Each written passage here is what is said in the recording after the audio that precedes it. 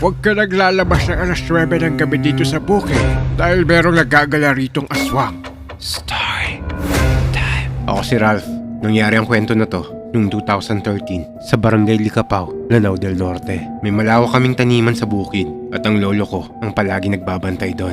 Isang araw, napagdesisyonan ng mga magulang ko na umakyat kami ng bukid kung nasaan nakatira si lolo.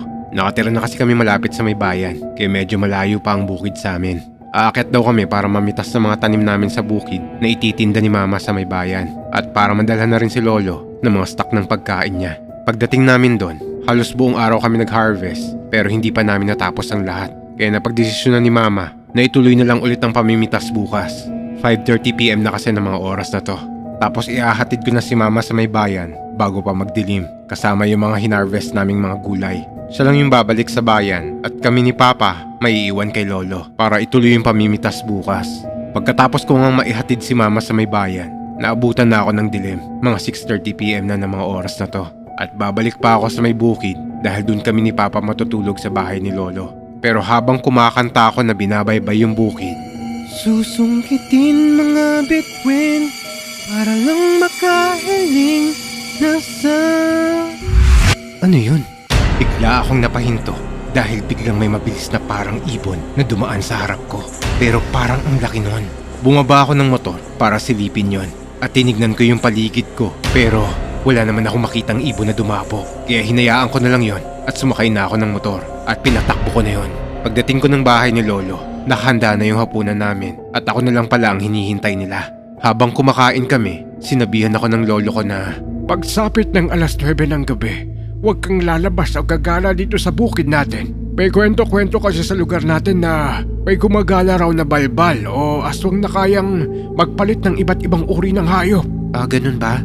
Sige lo, sumang-ayon na lang ako. Pero ang totoo, hindi ako naniniwala sa mga ganyan. Dahil alam ko ng panahon na to, panakot lang sa amin yung mga ganyang kwento. Pero bigla na lang kinuwento ni Lolo na si Papa raw na muntik na raw makuha ng balbal sa sinapupunan ni Lola noon. Yang papa mo, muntik nang makuha at makain ng balbal noon.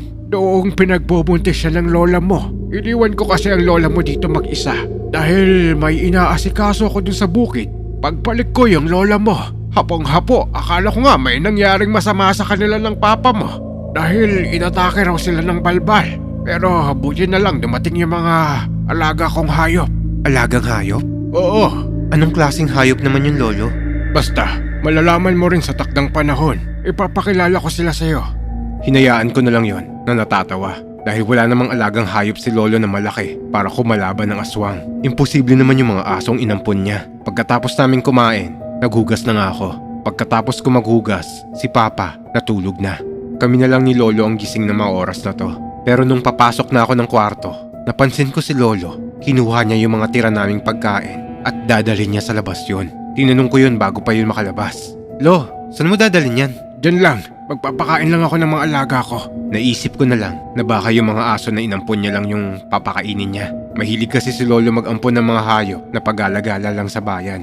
Hinayaan ko na lang yun at dumiretso na ako ng kwarto at natulog. Pero pagpatak ng alas 12 ng hating gabi, bigla akong nagising dahil ihing-ihi na ako. Dali-dali akong lumabas ng kubo at umihi sa tabi-tabi. Sobrang liwanag ng buwan ng mga oras na to. Tapos habang umiihi ako, may naaaninagan akong maitim na nilalang na napakalaki nun. Hindi ko masyadong makita yung anyo nun. Kaya inisip ko na lang na baka asong gala lang yun. Nung papasok na sana ako ng loob ng bahay, napalingon ako dun sa itim na nilalang na yun. At biglang nagtayuan yung mga balahibo ko sa takot. Nakita ko ang isang napakalaking parang pusa na hindi pang karaniwan yung laki nun. Parang kasing laki ng tao yun. Tapos yung mga mata niya, kulay pula na nanlilisik. At ang lalaki ng pangil nun.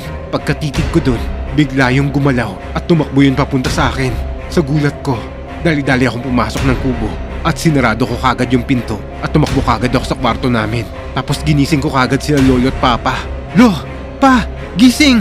Ano ba yon? Ano nangyari sa'yo? At namumutla ka sa takot? Nakakita ako ng malaking pusa. Guni-guni mo lang yan. Matulog ka na dyan. Hindi sila naniwala sa akin nang biglang may bumagsak na parang tao sa bubungan namin na halos mabutas yung bubungan ni Lolo. Tapos parang kinakaskas din yung kuko niya sa yero. Dito na naghinala si Lolo na baka aswang daw yon. Dali-dali silang kumuha ng itak at buntot pagi. Tapos si Lolo lumabas yun ng pinto at sumipol ng malakas na parang may tinawag. Maya-maya, biglang nagulat ako. Parang dumami yung nasa bubungan at parang nagrarambulan yun. Sobra na yung takot ko ng gabing to. Di ko na alam kung ano ang nangyayari. Hanggang biglang nahulog ang mga yun sa may likuran ng bahay namin. Parang mga asong nag-aaway na pinagtutulungan ng isang hayop. Rinig na rinig ko mismo ang pagsigaw ng nilalang na yun na parang hindi siya makaporma. Pagkalipas ng ilang minuto, huminto na yung ingay na yun. Lumabas na kami ng bahay. Pero paglabas namin, pumesto ako sa likod ng papa ko kasi takot na ako. Pagsilip ko dun sa nilalang na yun, agad kong sinabi sa kanila na yun yung nakita ko kung bakit takot ako. Pagkita ko dun, wala nang buhay yun na nakabulagta na at wakwak na ang mga katawan nun. Sabi ni Lolo, pinagtulungan daw yun ng mga alaga niya. Maya-maya, tinawag ni Lolo yung mga alaga niya at dito ko na nakita yon. Ang lalaki nun at parang di pang karaniwang aso ang mga yon. Kinausap ni Lolo yon na parang ibang lengguwahe. Tapos maya-maya, umalis na rin ng mga yon. Hindi ko alam kung saan naninirahan ng mga yon. Pero ang bilis ng kilos at pagtalo ng mga yon. Hindi ko na tinanong muna kay Lolo kung anong mga yon dahil ayoko munang mag-usisa ng oras na to. Bumalik na kami ng bahay at hindi na ako makatulog ng maayos dahil naiisip ko pa rin yung nangyari. Bago pumutok yung araw, lumabas kami para ilibing sana yung bangkay ng nilalang na yon. Pero nagulat kami dahil nawala na lang yun ng parang bula. Tapos pinuntahan namin yung mga pananiman at mga alagang hayop ni Lolo. Nalungkot si Papa nung makita niya na ang daming naging pinsala sa pananiman at maraming mga patay na hayop ang nandun. Pagdating ni Mama, tinanong niya kaagad kung anong nangyari. Agad namin kinuwento at pinauwi na ako nun sa bahay namin sa bayan dahil sa pangyayari na to. Hindi na ako sumasama kila Mama pag pumupunta sila sa bukid. Pero bago ako umalis, tinanong ko si Lolo kung anong klaseng hayop yung mga alaga niya. Sabi nun sa akin, Mga sigpin, sila ang mga kasama kong nagbabantay sa bukid natin. At sila rin ang nagligtas kila Lola at Papa mo. hindi ko pa alam kung ano ang sigpin noon. Pero dito ko nalaman na kaya pala panatag ang loob nila Mama na si Lolo lang mag-isa sa bukid dahil may mga nagbabantay sa kanyang mga sigpin.